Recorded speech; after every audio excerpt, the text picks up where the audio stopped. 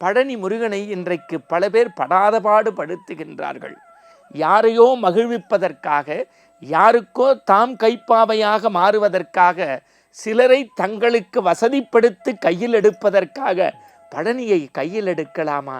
இது சமூகத்தின் குற்றமாக மாறிவிடும். 450 அடி உயரம் கொண்ட மலையில் மீது உள்ளே இருப்பவன் சத்தியத்திற்கு சாட்சியம் சொல்கின்றேன், முருகன் முருகன் முருகன்.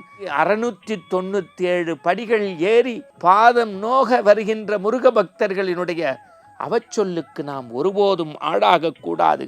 நவபாஷம் என்கின்ற 9 நவபாஷத்தில் செய்து அங்கே பிரதிஷ்டை செய்து வைத்திருக்கின்றார் நம்முடைய யோக சித்தர், மறந்து விடாதீர்கள். அந்த போக சித்தருடைய நவபாஷணத்தில் செய்யப்பட்ட முருகனுடைய அபிஷேக தீர்த்தத்தை அருந்தினால் உடல் நோயும் உள்ள நோயும் தீர்ந்து போகும் என்பது நிதர்சனமான உண்மை.